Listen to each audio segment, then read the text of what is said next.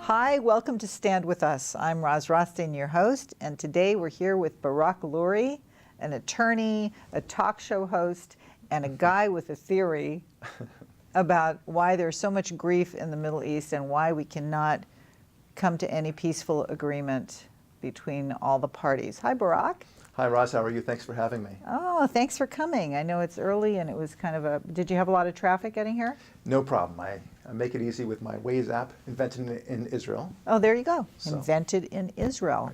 By the way, the show is all about Israel in whatever angle we're talking about, all about, its inventions, its strategies, it's whatever about Israel, 24/7. Stand With Us is about Israel. And by the way, you're watching the show, and so we can make this offer to you. If you want any one of a number of our fantastic little booklets on all kinds of topics, just ask us. Write to shipping@standwithus.com and we'll send you a free, yes, free sample.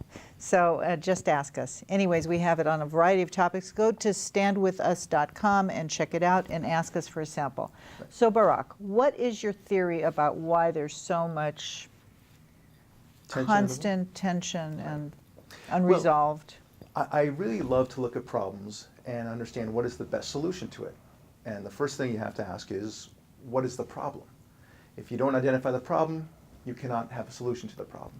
And so here we have the Israeli-Arab conflict, and people will always talk about the problem as a problem of land, of religion. Sometimes they'll talk about it as an economic problem. None of them actually explain what's really going on in the Middle East.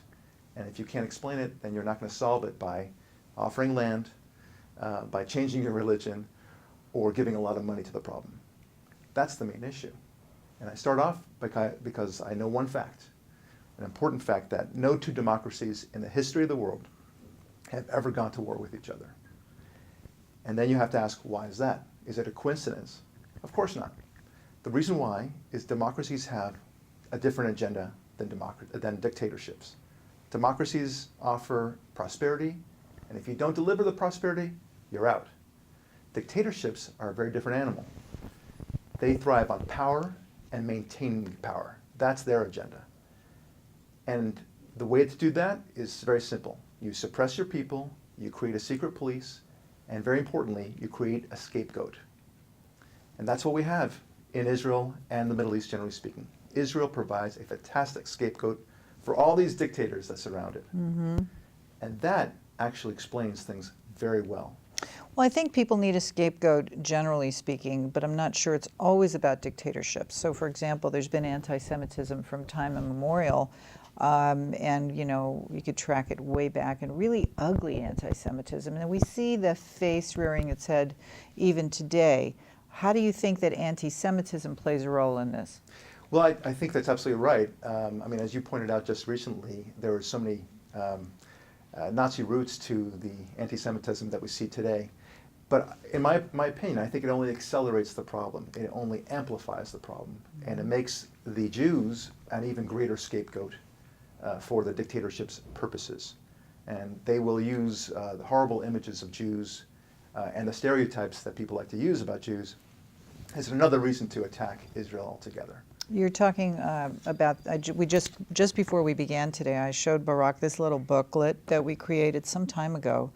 I'm a daughter of Holocaust survivors, and I found out as we were producing this booklet, I never knew this before, that the Nazis who escaped Nazi Germany were actually, many of them escaped to Egypt and became the propagandists going forward. So when you take a look at some of the cartoons in the Egyptian press, you will recognize them from Der Stürmer.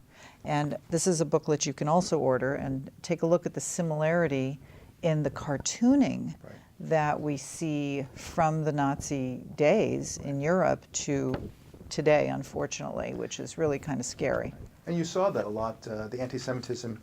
Even during Mubarak's reign, they promoted the protocols of the Elders of Zion. They even did a movie, a long series of this that was very popular in Egypt. And this is it just allows the dictator, it's a great tool for a dictator who wants to suppress his own people and to divert attention away. Look, I talked before about trying to explain the solutions, and the three classic ones are land, economics, and religion. That's what people think it is. That's what they always think it is. But if it were land, then you would expect that when Arafat was offered 100% of what he wanted, that he would not then create the second intifada, that there would be peace throughout the land. So that completely didn't work. Likewise with Gaza when that was given back in 2005. Likewise with southern Lebanon. Instead we saw more violence, not less. And likewise with the Oslo Peace Accord. I can go on all day about this. Right, about why it's not land, and we It's know not that land. it's certainly not settlements on the land, because we saw what happened in Gaza when Israel withdrew Right. 9,000 people and then got no peace and got rockets instead, and Hamas. Right. And then the question is it a question of religion?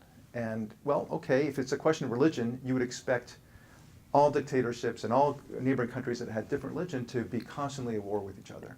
We don't see that, let's say, in America versus within America or between America and Mexico and so on. It doesn't happen. Likewise, you would expect the Jews to be going into the Arab countries and blowing them up as well in shopping malls and such. We don't see that. So religion is not a very good explanation either. Well, although Israel is accused by Israel's detractors Right. of overuse of force. You know, I always like to say that, you know, if Israel overused force, they would do rocket for rocket. I mean, if, Right. you know, a rocket coming in from Hamas into a nursery school, then, well, why wouldn't Israel just respond with a rocket going into a... Right. Because that's not what they do. That's not obviously what not. they do. Right. Of course not. So we know it's not religion. And then the Thomas Friedman explanation is economics. He'll say, well, it's because they're so poor and they are lashing out, and this is the best way they can do it. All right, well, if that were the case, then you would expect every poor country to be engaging in terrorism throughout the world. That's true. And it doesn't happen. That's not what happens. So the Yes. three main paradigms that people Although use. the Israeli government always had this idea that if they only made life better, if they only gave and gave, that the Palestinians would then be happy, relaxed, and so we're going to have to take a break for a moment. We're with Barak Lurie today, and this is interesting. When we get back, we're going to talk about radical Islam and how it plays a role within the picture that you're painting. We'll be right back.